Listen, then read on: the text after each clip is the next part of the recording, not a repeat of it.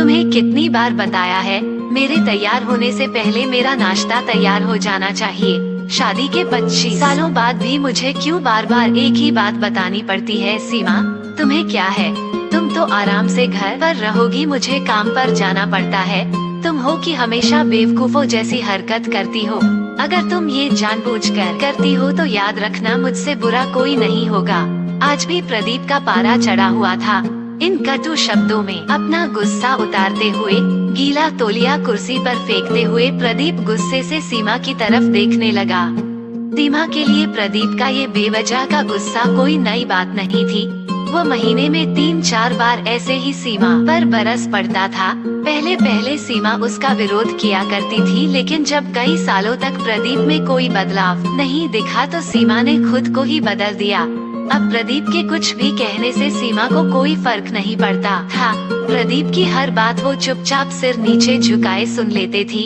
शादी के पहले 5 साल तक सीमा ने पूरी कोशिश की थी कि प्रदीप को बदला जाए, लेकिन फालतू का गुस्सा करना और बाद में भला बुरा कहना, यह मानो जैसे उसकी आदत बन गई थी। कोई भी वाद विवाद होता तो प्रदीप सीधा सीमा को बोल देता, अगर मैं तुम्हें अच्छा नहीं लगता तो क्यों नहीं चली जाती अपने मायके? क्यों रहती हो मेरे साथ? इतना सब कुछ होने के बावजूद सीमा प्रदीप के साथ रहती थी क्योंकि उसे अपनी बेटी की फिक्र थी, और वह जाती भी तो कहा अपने बूढ़े हो चुके माँ बाप को इस उम्र में परेशान करना वो नहीं चाहती थी। समाज और लोग क्या कहेंगे, ये भी तो उसे देखना था।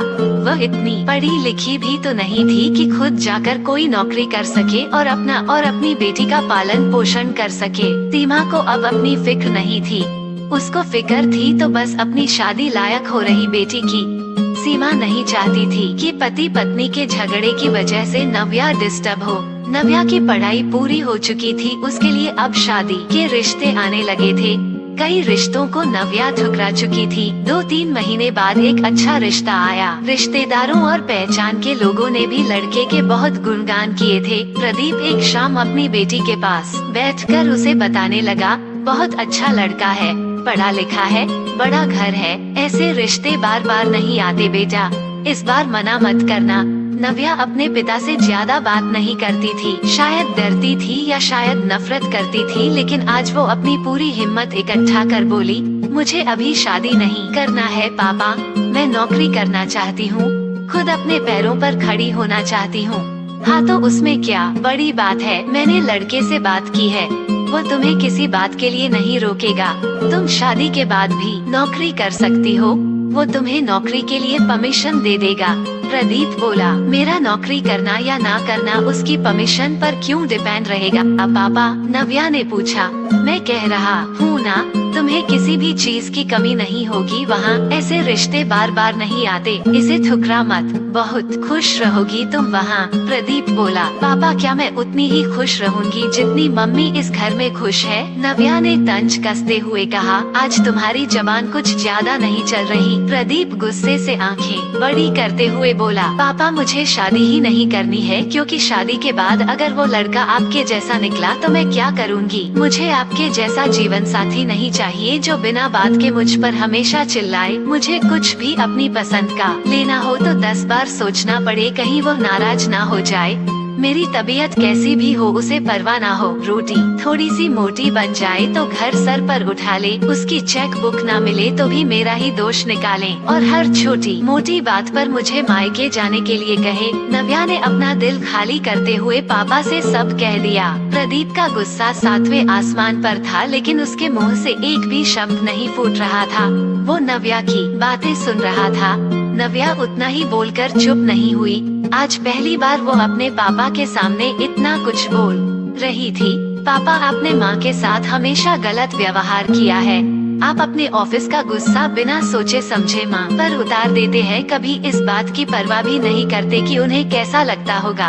आपकी बातें सुन सुन माँ ने अपना स्वाभिमान खो दिया। प्रदीप आज पहली बार अपने किए बर्तावों को महसूस कर पा रहा था। वो इतना ही बोल पाया, जो तुम्हारा मन है वो करो, मैं तो इतना बुरा हूँ ना। नव्या ने प्रदीप का हाथ पकड़ा और बोली, पापा मुझे सिर्फ एक सवाल का जवाब दे दो, क्या आप चाहेंगे कि मेरा पति आपके जैसा हो?